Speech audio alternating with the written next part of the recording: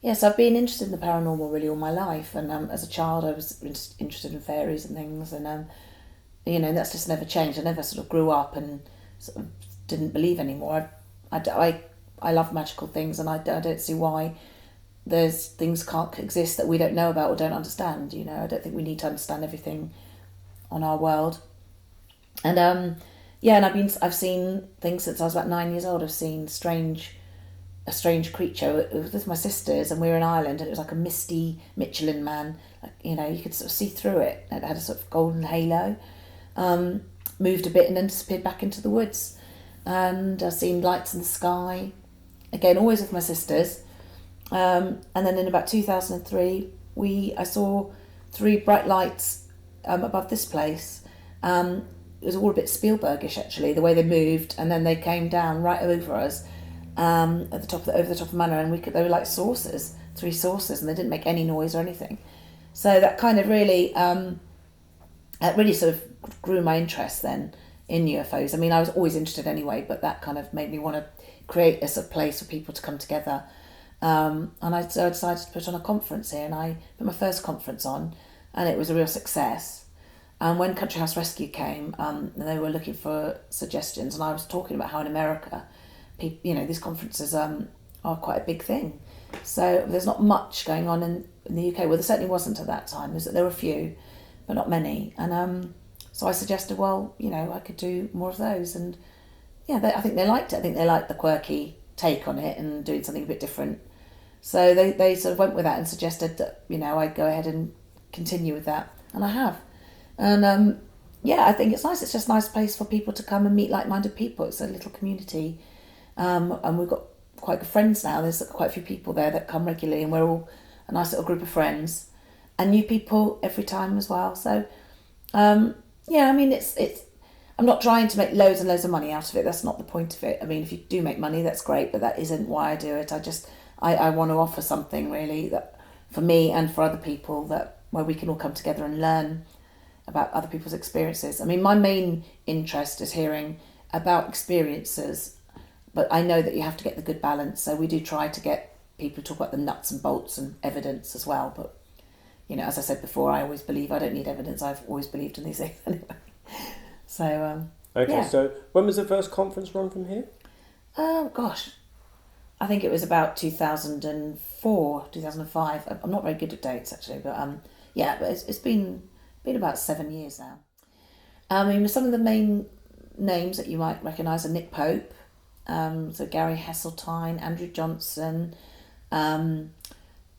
there's Steve. I mean, his surname slips me, it's terrible, isn't it? But those are the main ones, and then there's been lots. Oh, and there's a Mike Oram, he's another big name on the circuit.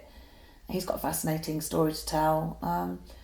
So yeah, and then in between that, I just have people that aren't necessarily big names, but they've got a story, and they want to come and share their stories.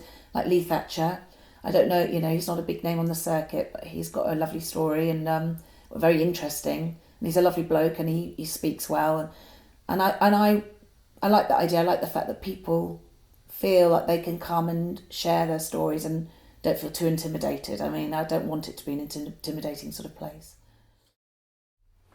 Recently, we had Philip Kinsella come and speak, and he fascinates me. He's a medium, and so he can talk to ghosts, etc., and see things. But he's also an experiencer who's been taken into ships and communicate. Sort of had communication with other beings, and interestingly enough, he sort of talks about how it is frightening, but I don't necessarily know if that's the intention. I don't know if they're actually doing bad things. And even Philip agreed. He said he doesn't think that they're bad, but I think it's just human nature to be terrified, to lose control of yourself and to be taken somewhere else. I mean, I would compare it a little bit like a wild animal in the woods. If you see it hurt and you're trying to help it as a human, all you're doing is terrifying it. Though you might have to stun it, to help it. And I wonder if it's a bit of a similar situation, really, what's going on there. So, yeah, I really like Philip, and fantastic speaker. He's got a good book out, so he's someone who's, I would go and buy the book and have a read.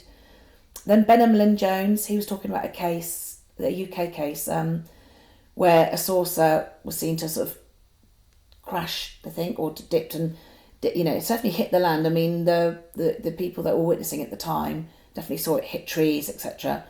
And then the area was cordoned off and closed for ages, and things don't really grow now where they think the saucer landed. But it's all very harsh. There's not much information about it, not very well-known case in this country. So I found that was really interesting.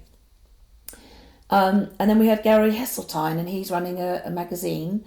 Do you remember what it's called, actually? I can't remember. Is it the UFO Truth Magazine? The Truth Magazine, that's it. So it's the UFO Truth Magazine. And he basically is saying, don't get led astray by the internet. This magazine is going to bring you the stories and he'll investigate and make sure that it's the best stories and a good approach, if you know what I mean. So you're not, because there's an awful lot out there on the internet that can be misleading, photoshopped, and especially these days, CGI is so good, so a lot of things can be faked. So he promises to have all that checked out and just be bringing the truth. So yeah, it was a really good talk. I think there's something for everyone. Really enjoyed it. Okay, so there is a big movement towards disclosure. I mean, I'm just a little person, really, just trying to do my thing, and I'm not sure that I don't think I'll be someone that's campaigning, trying to get the truth out there with all, in the government, approaching the government and things like that. But I certainly am happy to host a place for other people who are doing that to come and speak, and let us know what's going on. But no, I think it's going to happen anyway. I don't think we need to do an awful lot. I think that there's a general feeling that times are changing. I don't think we've got any choice. I think the extraterrestrials themselves have an agenda, and they will come down, and they're going to let themselves be known to us anyway. And I think that the truth is coming out. I don't think the government's got any choice right now. I think it's going to happen. So therefore, they're trying to leak the truth through the news, etc. And there is more discussion about it. If you look at films, there's a lot more films coming out. TV programs are being made. A lot of TV programs are being made now, and they're more in the mainstream TV. So I think it's a way of slowly preparing people for the fact they exist. I mean, they reckon that Obama has tried to speak out about it, and that he's very pro for opening up and having disclosure. I mean, we'll have to see, won't we? But I do think it's going to happen. I think it's going to happen within the next 5 years. Okay, one of the arguments I've heard against disclosure, and where does this come from in particular? I think it's kind of Stephen Greer's put it forward, and a few other people, is the kind of propulsion systems of UFOs with a free energy kind of matter, whatever they use to travel around the universe, wherever they're flying to. And obviously, with supposedly recovered technology, they're reverse engineering. The argument goes that the US government in particular have got access to this free universe way of travelling, but if it's released to the public as kind of new technologies to us, the oil industry is going to shut and fold overnight, and other industries, and it could topple governments and things like that. What's your take on all that, of that kind of thing? So if you sort of start off with free energy speech. Okay, so I think with the free energy, the idea that they'll give us technology for free energy, I think we know about all that anyway. There's a sort of higher group that control the world, the planet, and they are the ones that are stopping it, because they're making so much money out of oil and other resources, and they don't really care. They just do not care about people and the planet, and so therefore, I don't think I think that's why it's been hidden. It's not been allowed. They haven't been allowed to come here. They want to control us, and I think also they control us through fear and through religion. And if you suddenly have a load of aliens turning up, it just wipes out people's religions completely, or certainly makes big questions over them. And they will lose so much control if they can't control us through all these little ways. Religion is a huge way of controlling people. And what will they do if these aliens turn up? So I do think that is the biggest reason why. And I think you're right that it is about technologies as well. But I don't think they can stop that. I think, I think even without the aliens, I think we're discovering those things, and it's a tide that they can't hold back. It will happen, but they're doing their best to suppress us really in that way. Okay, thank you. So, I mean, my take on it is, and certainly listening to Ben talking at a previous talk for us, who's doing UFOs, politics and energy, or hidden energy, secret energy, something like that for us at the Paranormal group in High Wycombe. And his take that is that they're going to hold on to the whole idea of the oil thing and let that basically run out. And then once that's run out, then they're going to present this new technology, but somehow put a meter on it in some way. Yeah, I mean, they will. do you think there's two kind of main groups, sort of one that's quite happy to release the information, and there's another that secretly says no, we can't? Do you think there's a kind of battle going on behind the scenes of humanity about this? I mean, do you think if also another sort of curveball thrown into that is that perhaps if the aliens are supposedly working with us, the different alien species, they might have a say in what's released to us partly? I mean, what's your thoughts on that? Okay, so I think that within this world order, I mean, there could well be a battle. I mean, it's very hard to know. I mean, I would like to think there are some good people out there that would like the truth to come out. I think personally, I think that there's a higher purpose for us here on this planet. My feeling is, it's not just my gut feeling, it's through things I've read, various different channels and people that channel aliens. We've got a more spiritual purpose. We've got a higher spiritual purpose, and so is this planet. And we're moving somewhere else. It's a new cycle. It's time to move on, and so therefore they will come. They will in the end come down and help us on that journey. But the Illuminati or the world order don't want that to happen because they're very, very happy right now with the way things are. I mean, it suits them perfectly. But yes, I think it may well be infiltrated, but aliens may be amongst us. They may be in the New World Order. There's always going to be people fighting for the truth, and they will be there trying to help it move on. But I've got a feeling that we have no control over it anyway. No one has, not even the Illuminati. I think spiritually we have a destiny, and we're going to get there, whatever. Okay, thank you. Now, I think I talked about Richard D. Hall to you in the past over the internet, and I don't know if you've seen any of this stuff, but there's also people like Paul Hellyer, the former Defence Minister. I know the name, I don't really know. Basically, he is the former Defence Minister of Canada from the 1960s, so it'd be someone like, from our personal past of politics, someone like Michael Heseltine or someone like that from politics, although Heseltine's still active in politics, but Paul Heseltine's retired. I think he's in his 90s now. But he's come out now in the last sort of 10 years as basically, as a former Defence Minister, saying that there is, I think he was talking about like 50 odd species of aliens visiting the planet. And he said UFOs, if I quote him correctly, he says UFOs are as real as the planes above your head. He says they're definitely there. We've got so much evidence out there, and he's also saying that it's the international banking cartel that's prohibiting the acknowledgement of this to the public because, again, they're controlling the flow of oil, etc., and the power. Because basically, the argument goes that once you release this information to the public, everything becomes a lot fairer. The people that don't have nots suddenly become the haves, and they will have free energy as much as the people that have got the power now, sort of thing. So that's why there's too much to lose from certain quarters. So there's people like him now coming out with arguments like that. Now, one of the things he's talking about is the fact there's 50 odd species visiting the planet. So I presume if there's 50 odd species visiting the planet over the centuries or millennia or whatever, they've all come here not all with the same goal. They're coming here with vested interests for their own sort of thing. Some might be for us, because you're talking about the different aliens like the Nordics or something. They seem to be more human-like, so they might have something more in common with us. And then there's supposedly the Greys, which is the common ones that maybe not so much for us and things like that. And then you've got the stories coming out from America of cattle mutilations and things like that. So, I mean, is it a kind of a naive thing to say they're here to help us when in fact there's loads of different branches supposedly out there? I mean, what would your thoughts on that be?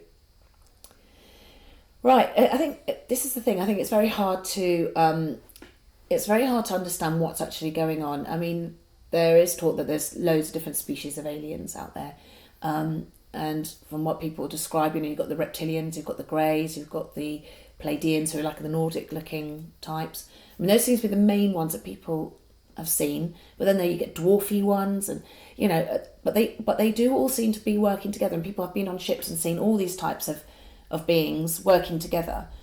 And there is something called the Galactic Federation that people talk about on the channel, and it seems like there is it's a bit like Star Wars, really, isn't it? But they seem to be all in the know and working together for us, or either against us. And I guess they're different races, so you're going to have different levels of spirituality amongst them.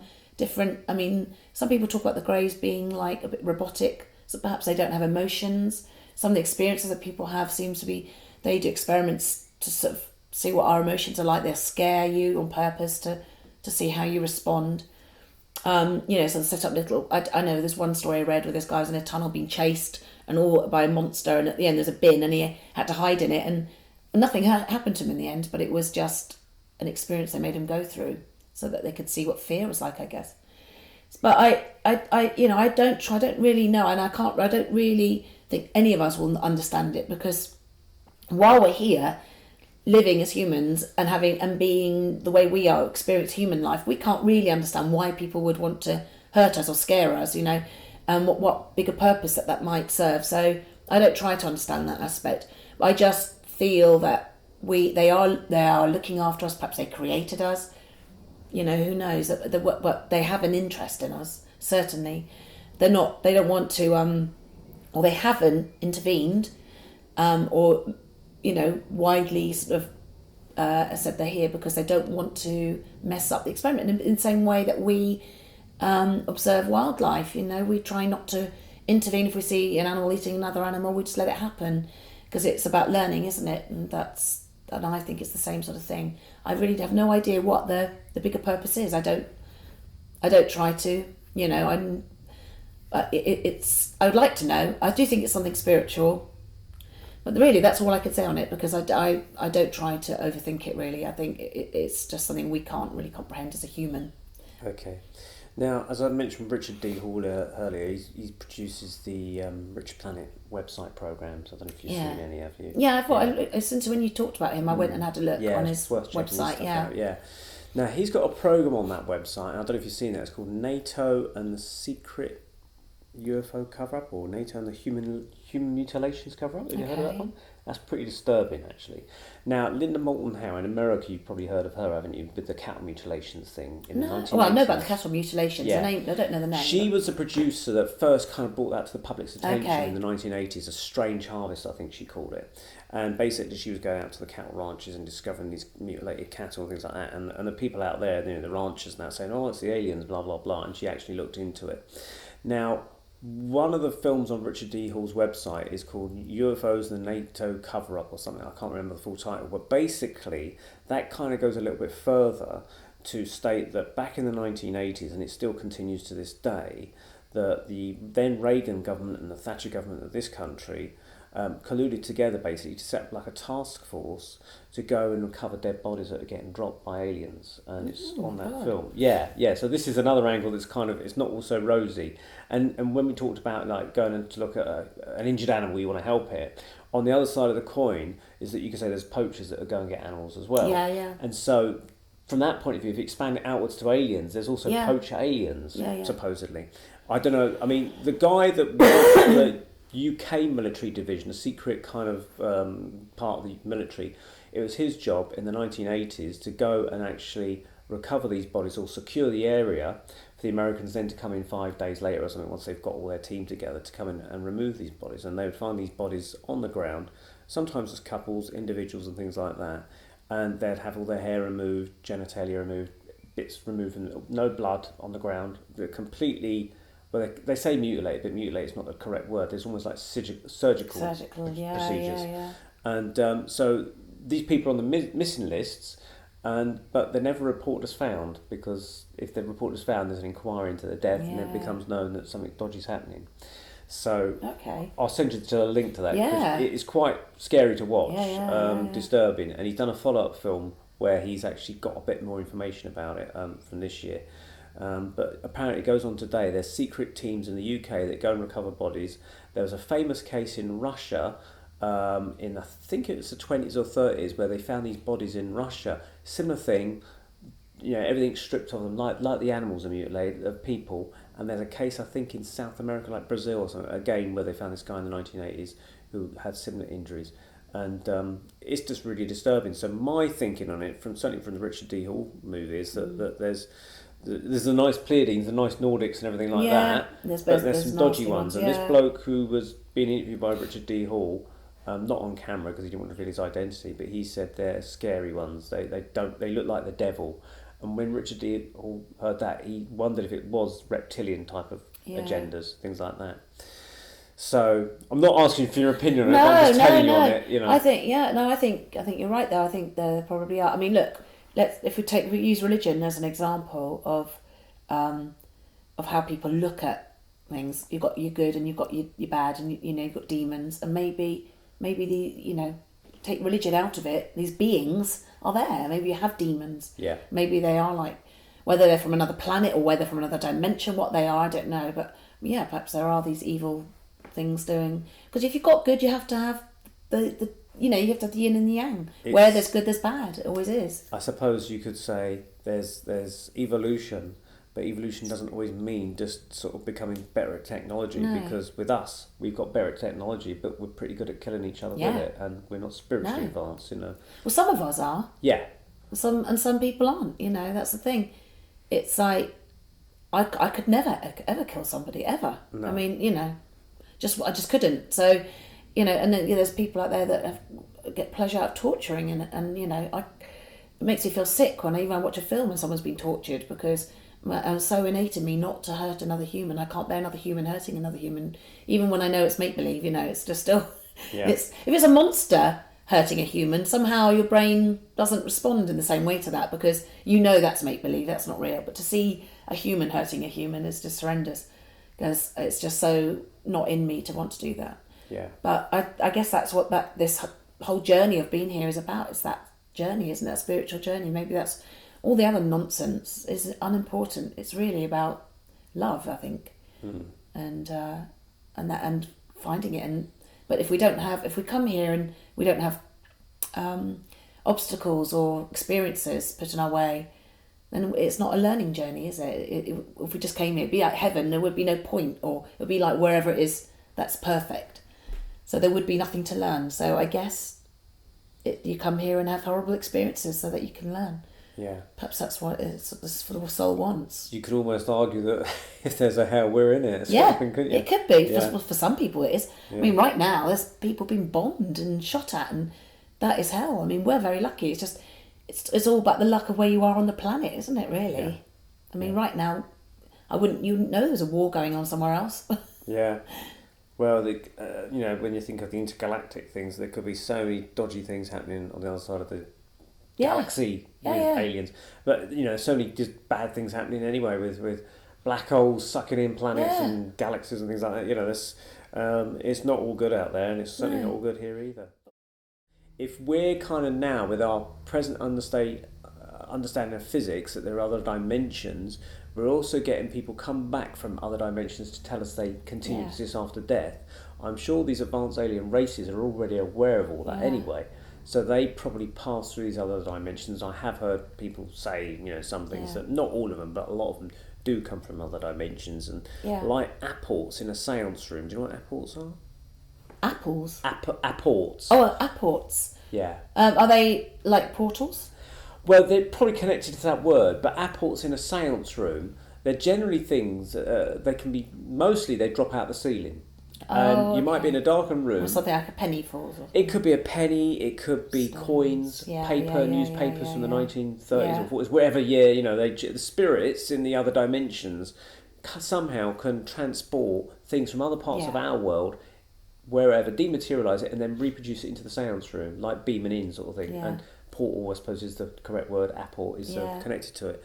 And so I suppose really there's cases of UFOs where they've been friendly with the people that they're contacting, and they produce apports for them and things like that. Yeah. So it seems like they are aware of these other dimensions and things like that. Maybe they're kind of, you know, when we talk about angels, well, are they angels? You know, like especially the light being ones, the ones that seem to emanate, and you know, people talk about how they don't need to eat and they just live off energy. You know, and are they the pure soul? Are they an angel? That's the thing. Yeah. So angels are there throughout history, aren't they? I mean, I've had experience of an angel. My daughter, she was about 1.5, and we didn't live in a house. We had a bungalow, so we'd gone to my sister's with some stairs, and like I'm sort of sitting with it was an open staircase, so I'm sitting with my back, and she's at the top, and I said, "Come on," and then I went, "Oh," and I got up, and as I got up and went like this and turned around, I felt my arm being lifted in the air, and my daughter was flying in the air, and she landed on my arm. And I know, and I can a feeling of something lifting my arm saved her life because she landed on it at the bottom of the stair were like upturned stools and things like that. I mean, she was only a baby; she would have landed on her neck. I mean, and it was so. I've definitely that was her guardian angel using me as a tool to save her. You know, and there's been another time when John, when I got together with my husband now, but we both had the girls were really little. They're from separate marriages. And we were in the park, and his little girl suddenly just disappeared. We were running everywhere. We went through this hedge and looking in the car park. And suddenly, this little girl, she was probably about 6 or 7 years old. She had short, white blonde hair, curly, biggest blue eyes, just flew past us, going, "Jess, Jess!" She disappeared off into the car park, and then she came back carrying her. And she just looked at us and gave us a stare and said she was nearly run over and dropped her. We both looked at each other. And we went back and she was nowhere to be seen. And we hadn't even spotted her because all the kids had been sort of playing. There's a group of children. She hadn't been one of them. I mean, how she knew where to go when we didn't, and we were tall and we were looking. So that definitely was like an angel. I mean, this little thing, she didn't look human, you know what I mean? So I've had really special experiences. And so, things. Yeah. And other silly little things that, you know, I don't know, people coming up when all the Teletubbies came out and the kids all wanted one and you just couldn't get hold of one. And we went in this toy shop and this bloke just came up to me and said, "If you're after Teletubbies, they're coming in at the back now." And then went out. I mean, I wasn't even saying anything. We just looked at each other again. It was just so weird, you know, that someone would just come up to you randomly and say that, you know. Actually, you know, you could... Teletubbies being a great thing because my daughter was into Teletubbies when she was younger. She's going to be 20 this year. Yeah, same as when you my daughter. think about it, you look at Teletubbies and you think, they look alien, don't they? I know, they do. Do you know, and it could be, are we being introduced to the idea of cuddly toys of aliens again? I know. And there's lots of adverts about car insurance, about with aliens in it again. I know. So yeah, you say it's in the media quite a lot. Yeah, it is. I've just really way. noticed it. I really noticed that there's a huge... And television programmes actually more the thing. And really in the mainstream too. So I think they're slowly preparing people. Talking of angels, I worked at a TV place a number of years ago, and a security guard there was talking to this other girl down in the canteen, and he just happened to say she was as white as that, and he was pointing to the fridge freezer in the canteen, and of course my ears pricked up. I thought, what's he talking about? So I said, what was, you know? Yeah. And he says, where I used to live on one of the West Indian islands, I forget which one it was, he said, I was walking back from like the local bar at night with a friend of his, and as they walked around the corner, there on the church, on the hill, they saw a woman sitting on the church roof. And I said... That's really weird. I said, yeah, what's a woman doing sitting on a church roof? And he goes, well, she was no ordinary woman. He said that she was at least 50 foot tall. Oh my God. Yeah. So he That's said... frightening. Yeah, he said he described her as like... You know, like there's a film called The Attack of the 50-Foot Woman? Yeah. I'd imagine it's something like that. But she was crouched, sitting on this church with her legs either side of it, like someone, say, of us would sit on a doll's house, you know. Yeah. And he said that she was white with white hair, white face, white gown, clothes or something like that. That's why he's pointing to the fridge freezer being as white as that. And his friend saw it, and his friend cowered in fear behind a gravestone. So this guy said, "Do you see what I see?" And he goes, "Yeah, I do." So they both verified they weren't hallucinating. So it's exactly the same thing. So this guy, he said he picked up a stone and threw it at it, and I thought, my God, I wouldn't throw a stone at 50 foot women. I thought, God's sake. No wonder they're always raising money for the church roofs, you know, with these women sitting there like. My God. So I said, well, what happened then? He said, well, she got off the roof, walked towards us, 50 foot tall, and slowly dissolved down to human size, then faded into the ground. Oh my God. But then the weirdest thing after that, he says, but I don't believe in ghosted schoolies or anything that go bump in the night. I said, well, how can you not after you've seen that? He says, oh, I just don't believe in it. So I thought he must be in some sort of denial about it because his friends saw it. So weird, isn't it? That was really scary. So, yeah. But I have heard of accounts where angels can be that big, so I wondered if he had saw an angel, especially with the idea that she was sitting on the church, an association of religion there, you see. But whether they're aliens as well, I don't know. But it was an interesting story. Or I mean, some people do talk about angels being huge as well. Yeah. And that they've seen, if you read the angel stories, they've seen huge angels guarding a house. I mean, I always now call on the big angels. Like if I fly, I always imagine a huge angel flying on top of the plane, and another underneath, and then two on either side, because they said that they are there. They're these enormous angels that will come and guard, things. And so perhaps he just saw an angel. But then what is an angel? Yeah, the story you say about flying. I mean, I'm telling you my stuff now, but it's just interesting. That a number of years ago, I went to Spain with my family. I'm divorced now, so my wife was with me on this EasyJet flight. My son was my daughter. I can't remember. I think it was my daughter was sitting next to me, and my wife was my then wife was behind me with my son, I think. And there's a spare seat next to me because obviously it's 3-seater tiers on EasyJet. And the last guy to get on I thought was a Spanish guy sitting next to me, but it turned out because he opened his book and it had all kind of Arabic writing on it, so I thought, he's Arabic or something. But we got chatting, and it turned out that he was going out to Spain to check on his architecture that he designed that was getting built, and he was in his 50s at the time. And he said, what do you do? And I said, I'm an artist, I kind of do fairy drawings and things like that. And at the time we had an Orkney Fairy Museum and Gallery in Orkney, so with all my paintings there. So I showed him a few photos of that. So we started talking about fairy and paranormal stuff as you do. And I told him a particular story I saw in this thing called the Fairy Faith DVD, which you can view online. It's a very interesting story. And it kind of prompted him to open up a little bit more. And I said, but there's a lot of strange things in this world. I said, I think we're just getting our hands on the door handle of this new reality, but we haven't quite opened the door yet, but we're certainly getting to, starting to understand it.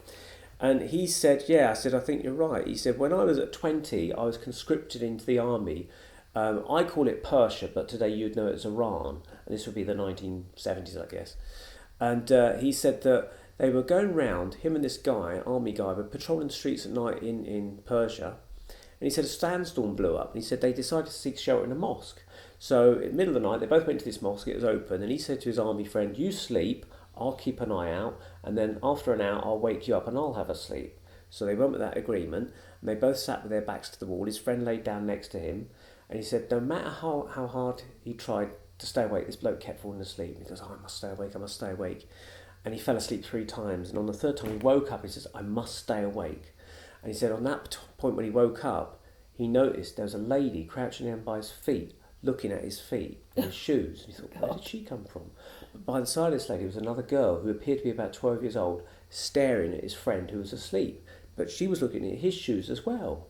And he thought, where the hell did they come from? Yeah. So, because they were so engrossed in looking at his feet, he kind of nudged his friend on the chest to try and wake him up. And he said no matter how hard he pressed with his shoulder, elbow, he said that his friend wasn't waking up.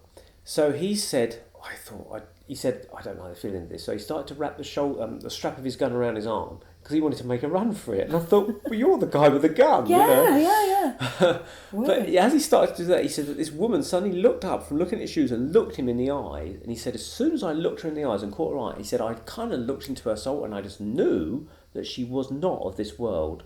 Yeah. And he said at that point, the woman stood up, the girl stood up, and they turned to walk away. And he says, as they walked away, he noticed they both had cloven-hoofed feet. Oh, and they walked away and just vanished into the wall. Oh, that's really. And when he told me that, a shiver went down my spine on the plane. I thought, oh my god, cloven-hoofed. Cloven-hoofed, yeah. That sort of kind of makes you feel of like, I don't know, devil or Pan, mischievous things.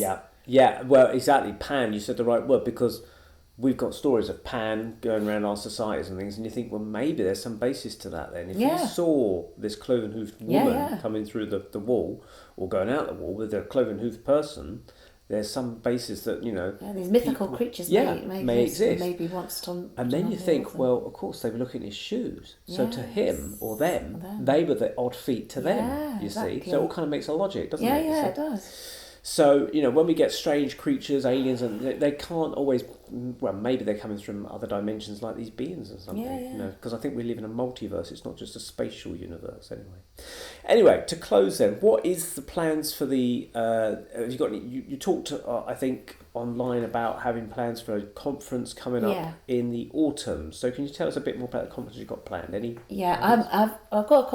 wanted to do another conference this year, so it might be autumn, it might be late summer, so I just got to see. I had a lot of people that went the last conference, a lot of people wanted to talk. So I just thought, well, instead of trying to get too many, I find too many speakers on one day, it doesn't work, people get tired. So I just thought I'd plan another one for later in the year. I can't say any names or anything yet because I've got to approach people now and things. I've got so many fingers in so many pies. I work and I do my band, and I've got that. So it's juggling it all and trying to get it all organised. And but I'm certainly going to do something. So I've got some ideas out there, and I'll let people know soon. Okay, so we can expect it maybe in August, September time? Perhaps? Yeah, it's going to be around that time. It's August. I'm hoping August because I like the weather to be good for here. So September, it all starts to change as school comes back. In August there's a summer holiday. I've got the place pretty much on Sundays. I don't have to worry about work the next day and things. So I'll probably do something on a Sunday. But yeah, I can't really say too much right now about it.